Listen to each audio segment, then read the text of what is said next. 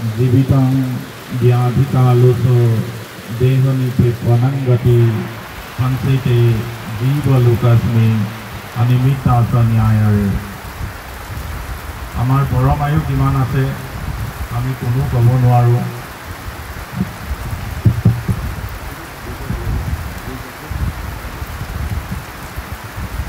केতিয়া आमाक की व्याधिये लग दिब आमी कोनो कब नोवारो आमी जलत मरिम ने तलत मरिम ताको कोनो कब नोवारे आमी दिनत मरिम ने राति मरिम ताको कोनो कब नोवारे मरार पिছত आमी कोन भूमित गई उत्पन्न हम ताको कोनो कब नोवारे আজি पूजनीय भिक्षु संघ उपस्थिति आमार कालगत प्रयात राजेन चौलेदेवर এই अंतिम যাত্রাত আজি এই শ্ৰম দিনত আমি তেওঁৰ জীৱনৰ যিখিনি কাৰুকাৰ্য যিখিনি কৰি থৈ গৈছে সেইখিনি ভুঁৱৰি ইয়াতে আমি তেওঁৰ প্ৰতি ইয়ে নাম কৰিবলৈ আকিয়টো বিলাই দিবৰ কাৰণে সকলোৱে উপস্থিত হৈছোঁ পূজনীয় ভিক্ষু সংঘৰ তৰফৰ পৰা आमार श्रालु डांगर भान्ते इंटेन भान्ते मुख जी त्राह करिबर कारणे देशना करिबर कारणे आग्रह प्रकाश करिसे तार कारणे भान्तेर प्रति मोर अभिवादन आरु सकलो उपस्थित पूजनीय भिक्षु संघक मैं अभिवादन जनाइछु এই অনুষ্ঠানত उपस्थित सकलो मेटेका पुटेका गायक गायिका और सकलो उपासक उपासिका आपनालोके श्रद्धारे उत्थुत हय आपनालोके सकलोए न्याति कुटुम बंधु बान्धव घरुआ सकलो सम्बन्धीय आज इयात आहि श्रद्धारे दान करिले श्रद्धारे शील ग्रहण करिले और अशेष श्रद्धारे जी धर्म बाणी शुनिबलै अनुप्राणित होइसे मन मेलिसे तार कारणे आपनालोকৰ সকলো मंगल होक सकलोरे सुख होक सकलोरे शांति होक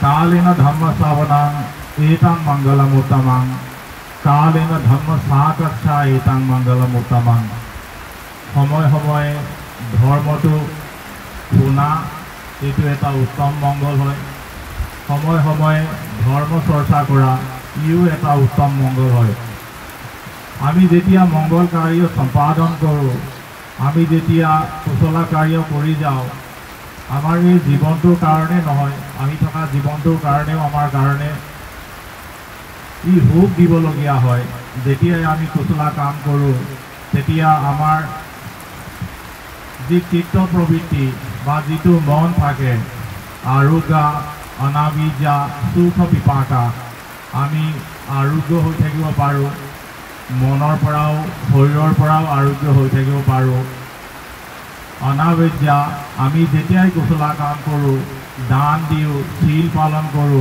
কামাথান বহু মেডিটেশন কৰো এই কামখিনি কৰিলে আমাক কোনো নিন্দা কৰিব নোৱাৰে সেই কাৰণে অনাবেজ্যা এই কামখিনি সদায় প্ৰশংসনীয় হয় सुख विपाका जेतिया कुशला काम करिब आपुनार जी विपाक आपुनार जी परिणति जी रिजाल्ट आहिब इ सदाय सुख दिया है সেই कारणे आमी धर्म लगते थाकी धर्मर बाणीखिनि अकल शुनाय নহয় ताक जदि धारण करि आमी पालन करिब पारो ताक जदि आमी अभ्यास करिब पारो यथाभूत जी ज्ञान है प्रज्ञार द्वारा आमी प्रज्ञाति हब पारो तेनेका धर्मটো आमी हे कुलते जन्म होइছো तेनेहले आमार सन्मुखते जदि पियाह लागिसे सन्मुखते पानी आछे आपुनि पानी खाय आपुनार पियाह गुचाब पारे जदि धर्मत आपुनि लीन हब बिचारिसे धर्मत आपुनि प्रतिष्ठित हब बिचारिसे तेनेहले এই मार्गটোৱে आमाक सुख विपाका दिबा माने এই मार्गটোৰ দ্বাৰাহে আমি নিজকে উদ্ধাৰ কৰিব পাৰিম भिक्षु সংঘই भगवान परिनिर्वाणर पाछर पराय এই ধৰ্মটোকে জীয়াই ৰাখিছে সময়ে সময়ে তাক দেশনা কৰি গৈছে।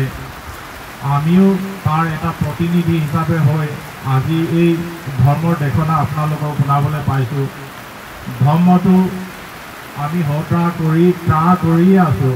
সেই একেটা কথাই আমি শুনিব লাগে, য'তে দানশীল ভাৱনা বা শীল সমাধি প্ৰজ্ঞা এই পৰ্যায়টোহে আছে, তাৰ মাজতেই ধৰ্মাটো সোমাই আছে।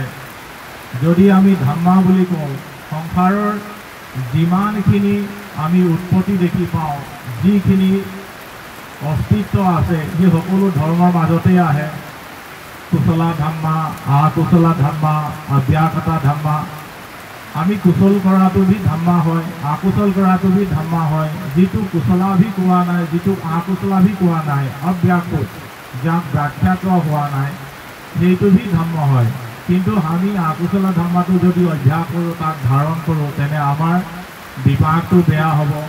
তেনেহ'লে আমি কুশলা ধৰ্মাক ধাৰণ কৰি আমাৰ বিপাকটো ভাল হ'বৰ কাৰণে, শ্ৰেষ্ঠ হ'বৰ কাৰণে, উন্নত হ'বৰ কাৰণে, সুখ দিবৰ কাৰণে আমি দানশীল ভাৱনা আৰু শীল সমাধি প্ৰজ্ঞাৰ এই অভ্যাস কৰাটো নিতান্তই প্ৰয়োজন হয়, জৰুৰী হয়। যেতিয়াই আমি ধৰ্ম শুনো, সেই একেটা কথাই আমি শুনি থাকিব লাগে। কিন্তু ধৰ্ম শুনিবলৈও আমাৰ 5 প্ৰকাৰ সদায় লাভ সৎকাৰ হৈ থাকে। তাৰ ভিতৰত যিটো শুনি পোৱা নাই, সেই ধৰ্মাটো শুনিব লাগে। যেতিয়া বাৰে বাৰে আপুনি ধৰ্মাটো শুনিব, তেতিয়া আকৌ স্পষ্ট হৈ পৰিব, ভালকৈ বুজিব, জানিব। আপোনাৰ মাজত যদি কিবা মনত শংকা উৎপন্ন হয়, কিবা ডাউট আছে, সেইখিনিও ক্লিয়াৰ হ'ব। মনৰ মিথ্যা দৃষ্টিখিনি হেৰুৱাই সম্যক দৃষ্টি উৎপন্ন হ'ব। আৰু লগতে ধৰ্মাটো শুনিলে মনটো বহুত ভাল লাগে, প্ৰসন্ন চিত্ত, মনটো প্ৰফুল্লিত হয়। এই 5 প্ৰকাৰৰ লাভ আপোনালোকে যেতিয়াই ধৰ্মাটো শুনিব, তেতিয়াই এই 5 প্ৰকাৰৰ লাভ সৎকাৰ কৰি থাকিব। তেনেহ'লে সেই ধৰ্মটোকে আমি অভ্যাস কৰোঁ। আজি যিটো উদ্দেশ্যলৈ আপোনালোক সকলো দূৰ দূৰণিৰ পৰা আহিছে, আমাৰ পুৰণা গাঁৱৰ পৰাও আহিছে, সিহঁতৰ লগতো এই ধৰ্মৰ দ্বাৰাই আমি যোগাযোগ স্থাপন কৰিবলৈ চেষ্টা কৰোঁ। ধৰ্মত আমি যেনেকৈ মই আগতে কৈছোঁ, আমি কাৰোবাক যদি কিবা এটা দিবলৈ ওলাইছোঁ, তেনেহ'লে আমাৰ হাতত থকা সেইটো বহুত দৰকাৰী হয়। যদি মোৰ হাতত বস্তুটো নাই, মই আনক দিব নোৱাৰোঁ। আজিৰ উদ্দেশ্যটোৱে হৈছে আখিওটো পুণ্য ভাগটো, পুণ্য ৰাশিটো নিজে কমাই লোৱা, আজি কমাই লোৱা। আপুনি আগতে কমাই আহিছে, অতি সময়তে কমাই আহিছে, বহুত আগত কমাই আহিছে, সেই ভাগটো আজি বিলাবলৈ আমি ইয়াত উপস্থিত হোৱা নাই। আমি আজি ইয়াত উপস্থিত হৈছোঁ। আজি যি পুণ্য ৰাশি আমি ইয়াত কমাম, আমি সংগ্ৰহ কৰিম, সেই পুণ্য ৰাশিয়ে বিলাবৰ কাৰণে আমি ইয়াত উপস্থিত হৈছোঁ। তেনেহ'লে আমাৰ মনত কি চিন্তা চৰ্চা, কি ধাৰণা, কি চিত্ত প্ৰবৃত্তি উৎপন্ন হৈ আছে, তাৰ ওপৰত আমাৰ আজিৰ দিনটোৰ সেই পুণ্য ৰাশি নিৰ্ভৰ কৰিব। আমাৰ যদি মনত আকুশলা চিন্তা ভাৱনা, আকুশলা চিন্তা প্ৰবৃত্তি যদি উৎপন্ন হৈ আছে, তেনেহ'লে এই আকুশলা চিন্তা ধাৰণা প্ৰবৃত্তিবোৰ এই জংঘলী ঘাঁহটোৰ নিচিনা, জংঘলী গছজোপাৰ নিচিনা, জংঘলত থকা জন্তুৰ নিচিনা হয়। সিহঁতক কেতিয়াও প্ৰতিপাল কৰিব নালাগে। আপুনি কেতিয়াও ঘাঁহ লগাব নালাগে, আপুনি কেতিয়াও বনৰীয়া গছজোপা লগাব নালাগে, আপুনি কেতিয়াও বনৰীয়া জন্তু এটা প্ৰতিপালন কৰিব নালাগে। সিহঁতে আজিয়ে জন্ম হ'ব, আজিয়ে খোজ কাঢ়িব। যদি এই ঘাঁহ বনখিনি আপুনি কেতিয়াও তাক পানী দিব নালাগে, কেতিয়াও তাক সাৰ দিব নালাগে, কেতিয়াও তাক নিয়নি কৰিব নালাগে, কেতিয়াও তাক প্ৰতিপালন কৰিব নোৱাৰে। ঠিক তেনেকৈ আমাৰ লোভ দ্বেষ মোহ লোভাদোষা মহা এই চিত্ৰটো, এই মনটোক আমি কেতিয়াও প্ৰতিপালন দিব নালাগে। ই প্ৰাকৃতিক, ই নৈসৰ্গিক, ই স্বাভাৱিক ৰূপত ই সদায় বাঢ়ি থাকে। এই বেয়া কামটো, বেয়া মনটো, বেয়া চিত্ৰটো সদায় উৎপন্ন হৈ থাকে, বাৰম্বাৰ উৎপন্ন হৈ থাকে। কিন্তু কুশলা চিত্ৰটো যেতিয়াই আমি দান কাৰ্য সম্পাদন কৰোঁ, যেতিয়াই আমি শীল গ্ৰহণ কৰোঁ, যেতিয়াই আমি কামাধান ভাৱনা কৰোঁ, যেতিয়াই আমি 10 পাৰমিতাৰ অভ্যাস কৰোঁ, যেতিয়াই আমি 10 পুণ্য ক্ৰিয়াবদ্ধ অভ্যাস কৰোঁ, তেতিয়াহে মাজে মাজে আমাৰ কুশলা চিত্ৰাটো উৎপন্ন হয়। সেই কুশলা চিত্ৰাটো বহুত নাজুক হয়, বহুত সৰল হয়, বহুত চনকা হয়। ইয়াক যদি প্ৰতিপালন নকৰে, ইয়াক যদি সময় নিদিয়ে, ই ভাঙি চুৰমাৰ হৈ পৰিব, ই আগবাঢ়িব নোৱাৰিব, ই বৃদ্ধি হ'ব নোৱাৰিব, ই বিকশিত হ'ব নোৱাৰিব। যেনেকৈ যদি আপুনি গছ পুলি এটা লগাই আপোনাৰ ফুলনিত, ইয়াক চাই থাকিব লাগিব, সময়ে সময়ে পানী দিব লাগিব, সময়ত সাৰ দিব লাগিব, সময়ে সময়ে সেই লেতেৰা ঘাঁহখিনি আপুনি আঁতৰাই দিব লাগিব। আপুনি যদি খেতি বাতি কৰে, তেনেহ'লে আপুনি যেতিয়াই কঠীয়া ৰুইছে, কঠীয়া ৰোৱাৰ পিছত আপুনি এৰি থৈ আহিলে নহ'ব, তাক সদায় চাই থাকিব লাগিব, নহ'লে গৰু মহে তাক খাই মহতিয়াই থৈ যাব। আমাৰ কুশলা চিন্তাটো বি তেনেকুৱা হয়, পুণ্য ভাগটো বি তেনেকুৱা হয়। পুণ্য ভাগটোত আমি সময় দিব লাগে। কেতিয়া হ'ব আপুনি যি আশা কৰে, আমি যি আশা কৰোঁ, সংসাৰৰ এনেকুৱা এজন ব্যক্তি নাই যিজন ব্যক্তিয়ে সদায় দুখত পৰি থাকিব বিচাৰে। সংসাৰৰ সকলো ব্যক্তিয়ে সুখত থাকিব বিচাৰে, নিৰোগী হৈ থাকিব বিচাৰে, অভয় হৈ থাকিব বিচাৰে। সকলো ব্যক্তিয়ে ভালদৰে থাকিবলৈ বিচাৰে, কিন্তু সেইটো কেতিয়াও সম্ভৱ নহয়। সম্ভৱ নোহোৱাৰ কাৰণটোৱে হ'ল এই সংসাৰত দুখেৰে পৰি আছে। যেতিয়া সিদ্ধাৰ্থ গৌতম বৌদ্ধত্ব লাভ কৰিলে, বৌদ্ধগয়াৰ যিজোপা আমি বোধিবৃক্ষ বুলি কওঁ, বুদ্ধত্ব লাভ কৰিলে। বুদ্ধত্ব লাভ কৰাৰ পিছত তেওঁৰ মুখত এটা উদান ওলাই আহিছে, এটা আৱেগিক কেইটামান লাইন হয়, কেইটামান বাক্য হয়, কেইটামান শব্দ হয়। সেই উদানটো ওলাই আহিছে আপোনা আপুনি, যাক ভগৱানৰ আমি প্ৰথমা বাচ্চা বুলি কওঁ। অনেক জাতি সংসাৰং সংঘা বিসংগনি বিসং গহকাৰকং গৱেষন্তু দুঃখা জাতি পুনঃ পুনঃ গহকারকং বিতোষি পুনঃগেহ ন কাহাসি সব্বাতে ফাসুকা ভগ্গা গহকূতং বিসংখিতং বিসংখারগতং চিত্তং তনহানং ক্ষয়মজ্জগাতি। আমি যেতিয়াই জন্মগ্ৰহণ কৰিম, যেতিয়াই এই শৰীৰটো পাম, আমি সেই দুখৰ সেই সাগৰতে আমি সাঁতুৰি থাকিব লাগিব। জাতি বি দুঃখা, জৰা বি দুঃখা, ব্যাধি বি দুঃখা, মৰণং বি দুঃখং, অপিয়েহি সম্পয়োগ দুঃখ, পিয়েহি বিপয়োগ দুঃখ, ইয়ং বিচং ন লভতি তং বি দুঃখং, সংকিতেনা পঞ্চোপাদান খণ্ডা দুঃখা। যেতিয়াই শৰীৰটো লাভ কৰিছে, জন্ম লৈছে, জন্মটো ভগৱানে কৈছে দুখ। বুঢ়া পা আহিব, বুঢ়া হ'ব, বয়স বাঢ়িব, তাতে বি আপোনাৰ দুখ কষ্ট। ব্যাধি আহিব, তাতে বি আপোনাৰ দুখ কষ্ট। কোনোবা মৰি গ'ল, নাইকিয়া হৈ গ'ল, তাতে বি দুখ কষ্ট। অপ্ৰিয়েহি সম্পয়োগ দুখ, যিটো আমাৰ প্ৰিয় নহয়, সেইটোৰ লগত সংযোগ হোৱাও আমাৰ মনত দুখ উৎপন্ন কৰে। পিয়েহি বিপয়োগ দুখ, যিটো আমাৰ প্ৰিয় হয়, আমাৰ লগত নাথাকে, আমাক এৰি থৈ গুচি যায়, তেতিয়াও আমাৰ দুখ উৎপন্ন হয়। ইয়ং পিচাং লভতি তম্পি দুঃখং, যেতিয়াই যেতিয়াই যি আমাৰ ইচ্ছা আছে, আমাৰ আকাংক্ষা আছে, সেই ইচ্ছা আকাংক্ষাখিনি পূৰণ নোহোৱাটো আমাৰ দুখ উৎপন্ন হয়। চমুকৈ হৈছে এই যে 5 উপাদান স্কন্ধ, ৰূপ বেদনা সংজ্ঞা সংখাৰ আৰু বিজ্ঞান, যেতিয়াই যেতিয়াই 5টা উপাদান স্কন্ধ এক লগ হ'ব, তেতিয়াই তেতিয়াই দুখ উৎপন্ন হ'ব।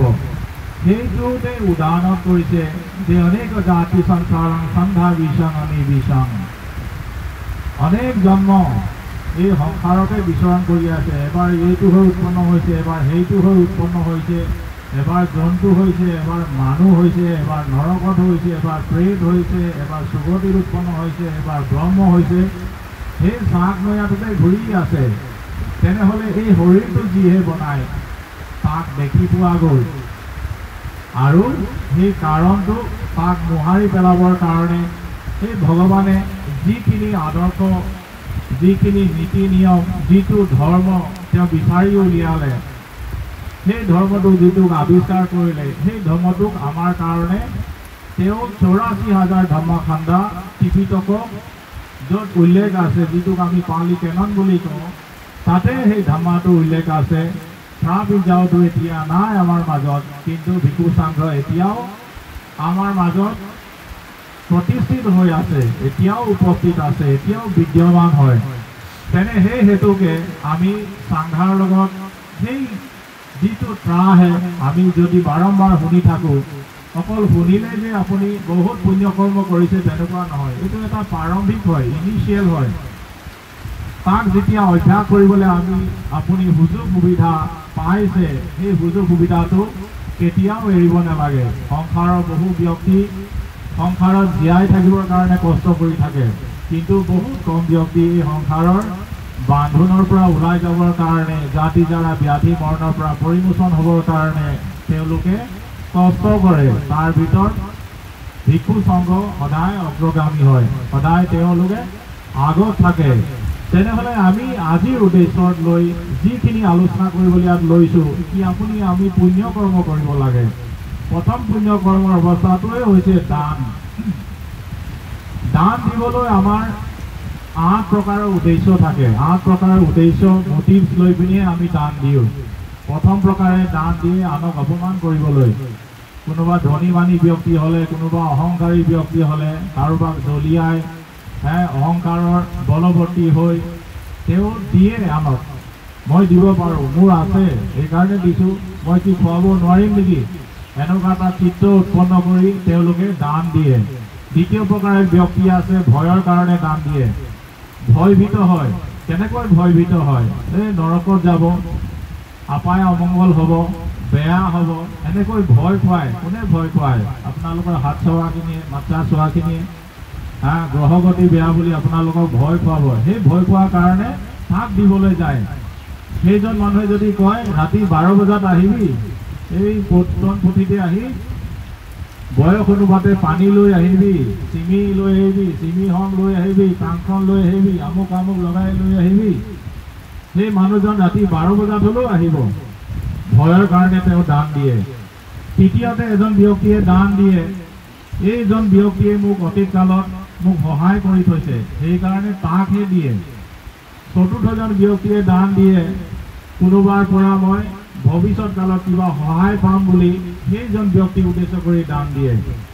পঞ্চমতে এজন ব্যক্তিয়ে দান দিয়ে, কি দান দিয়াটো এটা ভাল কৰ্ম, এটা পুণ্য কৰ্ম, এটা কুশলা কৰ্ম বুলি যেতিয়া জানে, আনে প্ৰশংসা কৰে, সেইকাৰণে তেওঁলোকে দান দিয়ে।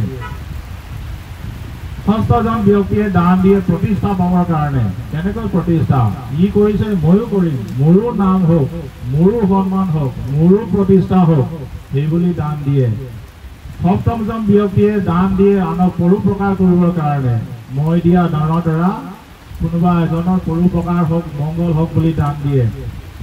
আৰু অষ্টমজন ব্যক্তিয়ে, শেষজন ব্যক্তিয়ে নিজৰ মনটো পৰিশুদ্ধ কৰিবৰ কাৰণে দান দিয়ে। ইমানখিনি এই 8 প্ৰকাৰ যে দানৰ উদ্দেশ্য আছে, এই 8 প্ৰকাৰৰ দানৰ উদ্দেশ্যৰ ভিতৰত সেই শেষৰ যিটো দান হয়, সেই উদ্দেশ্যলৈ যদি আপুনি দান ধৰ্ম কৰে, তেনেহ'লে সেইটোৰ পৰা আপোনাৰ যিমান মংগল হ'ব, আপোনাৰ সন্মুখৰ জনৰ মানুহৰো সিমানেই মংগল হ'ব। সেইকাৰণে মনটোক পৰিশুদ্ধ কৰিবলৈ, নিৰ্মল কৰিবৰ কাৰণেহে দান ধৰ্ম কৰিব লাগে। এতিয়া আপুনি দান কৰিলে, দান কৰাটো বিভিন্ন প্ৰকাৰৰ মন চিত্ত উৎপন্ন হয়। তাতে চেতনা থাকিব লাগে। আপোনাৰ চেতনা আছিলে না নাই, তাতে আপোনাৰ পূৰ্ব চেতনা উৎপন্ন হ'ব লাগে, মুঞ্চন চেতনা উৎপন্ন হ'ব লাগে, আৰু अपार चेतना उत्पन्न लगे। ये 3 प्रकार चेतना बहु प्रफुल्लित हब लगे। सौमनसा संवेदनार द्वारा उत्पन्न हले এই চেতনাৰ দ্বাৰা যদি আপুনি দান ধৰ্ম কৰিছে তেনেহলে মহাফল লাভ কৰিব পাৰিব।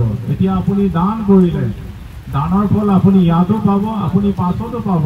যিসকল মানুহ জন্মে জন্মান্তৰে দুখীয়া হৈ থাকে, দান ফল নাই, দানৰ পুণ্য ৰাখি নাই। এতিয়া দান কৰাৰ পিছত মানুহে যদি শীল গ্ৰহণ নকৰে তেনেহলে সেই দানৰ পুণ্যটো আপুনি তাক সুৰক্ষা দিব নোৱাৰে। সেইকাৰণে লগতে শীল গ্ৰহণ কৰিব লাগে। কেনেকৈ শীল গ্ৰহণ কৰিব লাগে? শীলে প্ৰতিষ্ঠায় দীনং দানং মহাফলাং হতি। শীলত প্ৰতিষ্ঠিত হৈ দান ধৰ্ম সম্পাদন কৰিলেহে আপুনি মহাফল লাভ কৰিব পাৰিব। শীলটো ল'বই লাগিব। যদি আপুনি শীল গ্ৰহণ নকৰে তেনেহলে আপোনাৰ পুণ্য ৰাশিক আপুনি সুৰক্ষা দিব নোৱাৰে। আপুনি কঠীয়া লগাইছে, জেওৰা দিয়া নাই, ৰখীয়া এটা নাই, এই কঠীয়াদলিক আপুনি সুৰক্ষা দিব নোৱাৰে। আপুনি ঘৰ বনাইছে, বাউণ্ডাৰী নাই, জেওৰা নাই, সুৰক্ষা দিব নোৱাৰে ঘৰটোত। ঘৰটো বনাইছে, দুৱাৰ নাই, খিৰিকী নাই, তেতিয়াও আপুনি সুৰক্ষিত হৈ থাকিব নোৱাৰে। আমি সেই দানৰ পুণ্য ভাগটো সুৰক্ষিত কৰি ৰাখিবৰ কাৰণে আমি শীল গ্ৰহণ কৰিব লাগে। তেনে এটা দানৰ পুণ্য আপুনি পালে, লগতে চিল লোৱাৰ কাৰণে চিলৰো এটা পুণ্য পালে। কেনেকৈ চিলৰ পুণ্য পালে?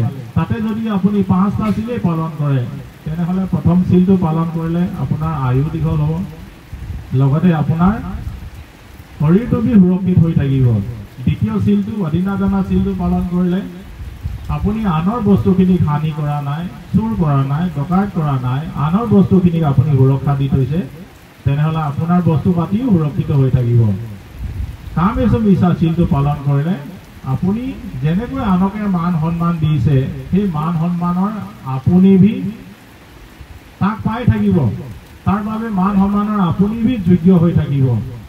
মুছাবাদা চিলটো যদি আপুনি পালন কৰে, মুছাবাদা পিছুনা ভাষা পৰুষা ভাষা সম্পলাপা ভাষা, এই চিলটো পালন কৰিলে আপুনিও আনৰ বেয়া শব্দ মাত কথাখিনি শুনিবলৈ নাপায়। সেই চিলটোৰ পিছত যেতিয়া চুৰামিয়া চিলটো আপুনি পালন কৰিছে, সেই চিলৰ দ্বাৰা আপুনি জন্মে জন্মান্তৰে প্ৰজ্ঞাপ্তি জ্ঞান বৃদ্ধি হৈ থাকিব। প্ৰজ্ঞাৰ দ্বাৰা বলৱতী হৈ আপুনি য'তেই জন্ম হ'ব বুদ্ধ শাসনত আপুনি নিজকে জাতি জাৰা ব্যাধি মৰণৰ পৰা পৰিমোচন হোৱাৰ কাৰণে যিটো ৰাস্তা আছে, যিটো মাৰ্গ আছে, সেই ৰাস্তা মাৰ্গত আপুনি খোজকাঢ়ি আগবাঢ়ি ওলাই যাব পাৰিব। তেনেহ'লে আপুনি দান কৰিও পুণ্য গ্ৰহণ কৰিলে, চিল পালন কৰিও পুণ্য গ্ৰহণ কৰিলে। আপুনি দান কৰিছে কিন্তু চিল গ্ৰহণ কৰা নাই, তেনেহ'লে আপুনি দানৰ পুণ্য ফল পাই থাকিব। যেনেকৈ আমি ধনী মানি ব্যক্তিসকলে কেতিয়াবা কুকুৰ পোহো, লেব্ৰাডক আছে, বুল আছে, বহুত প্ৰকাৰৰ উন্নত মানৰ হাইব্ৰিড কুকুৰখিনি আমি পুহি ৰাখোঁ। সেই কুকুৰখিনিৰ যিটো জীৱন শৈলী, যিটো বিলাসী জীৱনত জীয়াই থাকে, আমিও সেইটো জীৱনত জীয়াই পোৱা নাই। কোনোবা ৰজাৰ ঘৰত থাকে, কোনোবা মহাৰাজাৰ ঘৰত থাকে, কোনোবা ৰজা মন্ত্ৰী, কোনোবা চেঠি, কোনোবা বেপাৰী, সেইবোৰ ধনী মানি ঘৰতহে থাকে। ডাঙৰ ডাঙৰ বাংলাত থাকে, এচি থাকে, দামী দামী গাড়ীত ঘূৰি ফুৰে। সিহঁতৰো দানৰ পুণ্য আছে, সেইকাৰণে ভালকৈ থাকি পায়, ভালকৈ খাই পায়, ভাল জেগাত জন্ম লয়। কিন্তু চিল পুণ্য নথকাৰ কাৰণে তেওঁলোকে আপায় ভূমিতে উৎপন্ন হয়। সেইকাৰণে দানৰ লগত চিল পুণ্যটো লাগে। আপুনি যদি আকৌ মানুহ হৈ জন্ম ল'ব বিচাৰিছে, আপুনি সুগতিত উৎপন্ন হ'ব বিচাৰিছে, তেনেহ'লে আমাৰ চিল পুণ্য থকাটো বহুত দৰকাৰ হয়। সেই চিল থাকিলে আমি এই পুণ্য ভূমিটোক যিখিনি লেতেৰা, যিখিনি অলাগতিয়াল, যিখিনি অদৰকাৰী, যিখিনি ধাতু আছে, দ্ৰব্য আছে, যিখিনি কাৰক আছে, সেই সকলোবোৰ আমি তাক আঁতৰাই পেলাওঁ। তেতিয়াহ'লে আমাৰ এই ধৰ্ম ভূমিটোক আমি উৰ্বৰ কৰি ৰাখোঁ। আৰু তাৰ পাছতে আমি কামাথান ভাৱনা কৰিব লাগে। যদি আমি কামাথান ভাৱনা নকৰোঁ, তেনেহ'লে যেনেকৈ ফুটবল খেলা ব্যক্তিয়ে যোনে ডিফেণ্ডাৰ হৈছে সি ডিফেন্স কৰে, মিডফিল্ডাৰে মাজত খেলে, আপুনি গ'ল দিব নোৱাৰিব। যিকেইটা ষ্ট্ৰাইকাৰ থাকে, যিকেইটা গ'ল দিয়াৰ যাৰ দায়িত্ব থাকে, ইমান কষ্ট কৰাৰ পিছত সি এটাও গ'ল দিব নোৱাৰে। আপুনি ফুটবল খেলি থাকোঁতে কিমান কষ্ট কৰিলে, কিমান খেলিলে, কিমান ভাল খেলিলে, সেইটো প্ৰয়োজন নহয়, সেইটো দৰকাৰী নহয়। কোনে গ'ল দিলে, সেই গ'ল দিয়াৰ ওপৰতহে আপোনাৰ টিমটোৰ তাৰ মূল্যাংকন কৰা হয়, তাকে ইভেলুৱেট কৰা হয়, তাৰ হিচাপ নিকাচটো ক'ত হয়? গ'ল দিয়া সময়তে হয়। আপুনি কিমান ভাল খেলিলে তাক হিচাপ নিকাচ নকৰে।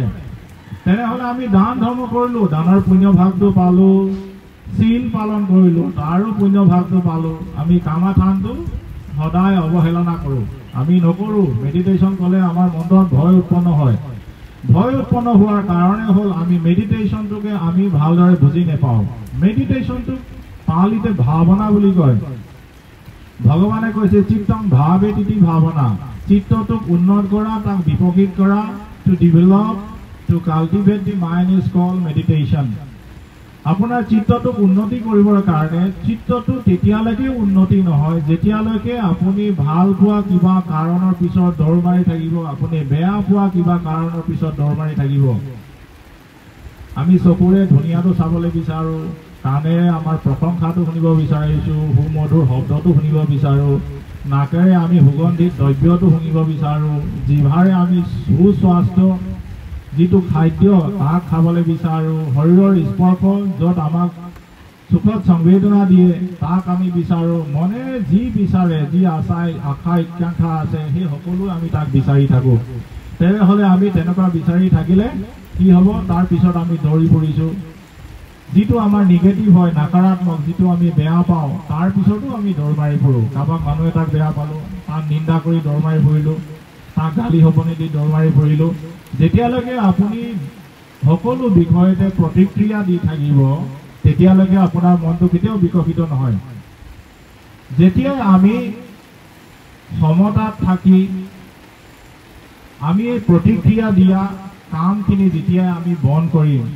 ৰেছপন্স দিয়া কামখিনি বন্ধ কৰিম এণ্টাৰটেইন কৰি থকা কামখিনি বন্ধ কৰিম ৱেলকামিং কৰা কামখিনি বন্ধ কৰিম তেতিয়া মনটো বিকশিত হ'বলৈ আৰম্ভ কৰে তেতিয়া কোনে কি ক'লেও কি হ'লেও সেই মনটো লৰচৰ নহয় সেই মনটো লৰচৰ নহয় কুটস্থ লোক ধম্মেহি চিতং য়াসনা কম্পতি আশুকং বিৰাজং ক্ষেমং এইতং মংগলম উত্তমং কুটস্থ লোক ধম্মহি যি 8 প্ৰকাৰ লোক ধৰ্ম আছে লাভ হানি মান অপমান নিন্দা প্ৰশংসা সুখ দুখ এই মাজতে আমি যেতিয়া পৰি থাকোঁ সেই পৰি থকা ব্যক্তিসকলে কেতিয়াও মনটো বিকশিত নহয় সি সদায় কষ্ট পাই থাকিব সেইকাৰণে কৈছে কুটস্থ লোক ধৰ্মহি এই সৰু সুৰা কামখিনিত এই লোক ধৰ্মত যেতিয়া আমাৰ চিত্তটো মনটো কম্পিত নহয় চিত্তং য়াসনা কম্পতি আশুকং বিৰাজং সেই মনটো আশুক মানে দুখ নহয় সুখত পৰি নাথাকে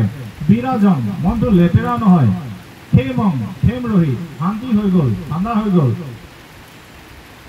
এইতং মংগলম উত্তমং তাতেহে আপুনি মংগল কামনা কৰিব পাৰে তেনেহ'লে এই থুলমূলকৈ আমি দানশীল ভাৱনাৰ কথা ইয়াত আমি চৰ্চা কৰিলোঁ আমি আলোচনা কৰিলোঁ কিন্তু এই সময়কণ যিটো জ্ঞাতি কুটুম থাকে সিহঁতৰ কাৰণে এটা দুখৰ সময় বুলি হয় সিহঁতৰ মাজত সুখ সিহঁতৰ মাজত কান্দোন বিয়পি থাকে যেতিয়ালৈকে আমি তেওঁক একেবাৰে বিদায় নিদিওঁ ভগৱানে যেতিয়া পৰিনিৰ্বাণ গ্ৰহণ কৰিছে সেই সময়ত ভান্তি আনন্দাও কান্দিছে ভান্তি আনন্দা এতিয়া চৌতাপতি ফলহে লাভ কৰিছে তেওঁ চকিতাগামী অনাগামী অৰহত ফল লাভ কৰাই নাই কৰাৰ কাৰণে তেওঁ কান্দিছে কান্দি থকাৰ কাৰণে ভগৱানে কৈছে আনন্দা নাকান্দিবি তই মোৰ লগত থাকি মোক ইমান সেৱা শুশ্ৰূষা কৰিলি তই অভ্যাস কৰিবলৈ ধৰ্মটোক অভ্যাস কৰিবলৈ সময় নাপালি এতিয়া মই যোৱাৰ পিছতে তই ধৰ্মটো যিমান পাৰ অভ্যাস কৰি অৰহত ফল লাভ কৰি এই জাতি জৰা ব্যাধি মৰণৰ পৰা পৰিমোচন হবি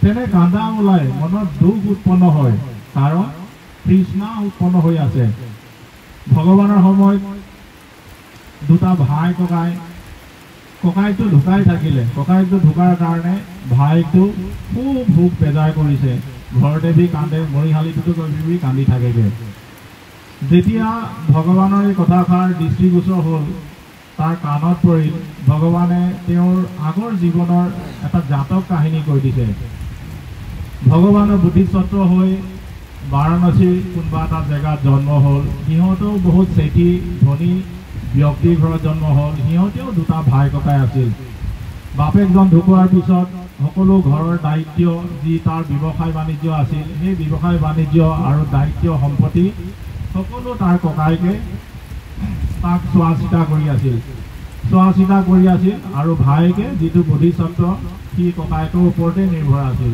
এটা সময় হ'ল ককাইকো ঢুকাই থাকিলে ককাইকো ঢুকোৱাৰ পিছত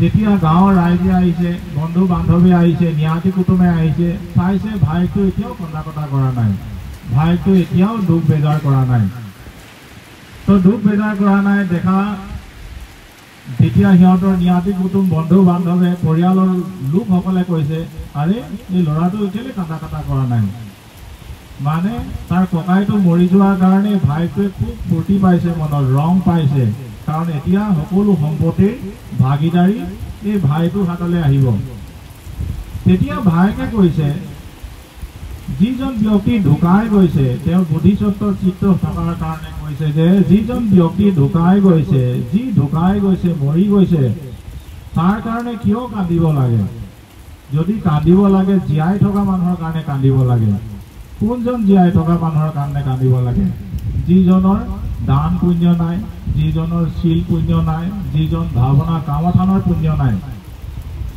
যাৰ পুণ্য ৰাখি নাই, এই জন্মতো সেই ব্যক্তিজন দুখত পৰি থাকিব, ৰোগত পৰি থাকিব, ভয়ভীত হৈ থাকিব, কষ্টত পৰি থাকিব। ইয়াতো তেওঁ কষ্ট পাব, অহা জন্মতে ভি তেওঁ কষ্ট পাব। তো সেইসকল ব্যক্তিৰ কাৰণে কান্দিব লাগে যাৰ ব্যক্তিৰ পুণ্য কৰ্ম নাই। আজি যাৰ উদ্দেশ্য কৰি আমি ইয়াতে উপস্থিত হলো, ৰাজেন চৌলেকদেউ, তেওঁ ইয়াত পাঠেক হৈ চাউচিলে হৈ ইমান বছৰ পুণ্য কৰ্ম কৰি থাকিলে। এজন চাউচিলে হ'বৰ কাৰণে সমাজত ইমান ব্যক্তি থকাৰ ভিতৰত ভি এজন চাউচিলে হোৱা, এইটো এটা কম পুণ্য কৰ্ম নেকি? কিমান পুণ্যৰ প্ৰভাৱত তেওঁ চাউচিলে হ'ব পাৰে, পাঠেক হ'ব পাৰে। তাতকৈ বেছি পুণ্য লাগেতো চমু খাম কৰিবলৈ, তোচাং খাম কৰিবলৈ, চাংকান পিন্ধিবলৈ তাতকৈ বেছি পুণ্য লাগে।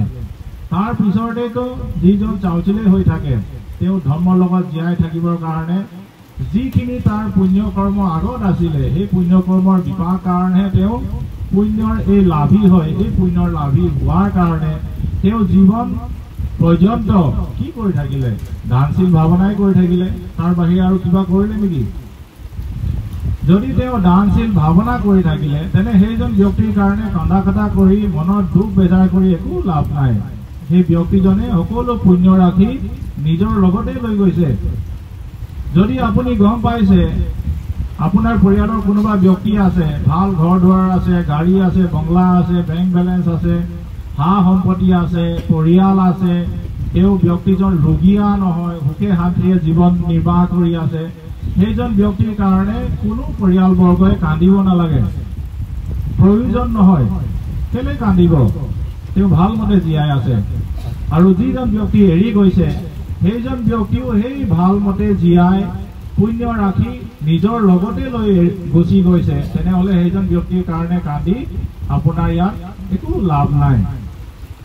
তেনে সেই দুখৰ যিটো সময় বুলি আপুনি নিজকে পৰিলক্ষিত কৰিছে, নিজে ভাবিছে, সেইটো দুখৰ সময় নহয়, সেইটো পুণ্য ৰাখি লৈ যোৱাৰ কাৰণে এটা সুখৰ সময় হয়। আজি আমি সকলোৱে ভিক্ষু সংঘক সাক্ষী কৰি আমাৰ কালগত ৰাজেন চৌলেকদেৱৰ প্ৰয়াত এই দিনটোত আজি চমৰ দিনত আপোনালোকে দূৰ দূৰণিৰ পৰা আহি বহুত অশেষ শ্ৰদ্ধা চিত্তৰে, ভাল মনেৰে, কুশলা কৰ্মৰ দ্বাৰা, দানশীল ভাৱনাৰে এই যি পুণ্য আপোনালোকে সঞ্চয় কৰিলে, পুণ্যটো গোটালে, সেই পুণ্য ভাগ সেই কালগত ব্যক্তিজনৰ উদ্দেশ্য কৰি আমি যেন ইয়াত নাম কৰি দিম, সেই আশীয়টো, সেই পুণ্য ৰাশিখিনি আমি পানী বৈ কৰি ইয়াত বিলাই দিম।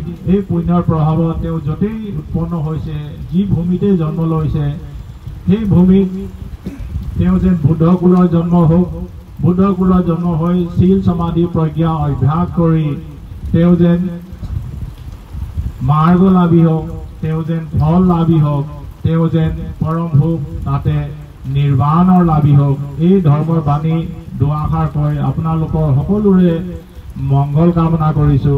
ভৱতু সব্বা মংগলাং, ভৱতু সব্বা মংগলাং, ভৱতু সব্বা মংগলাং।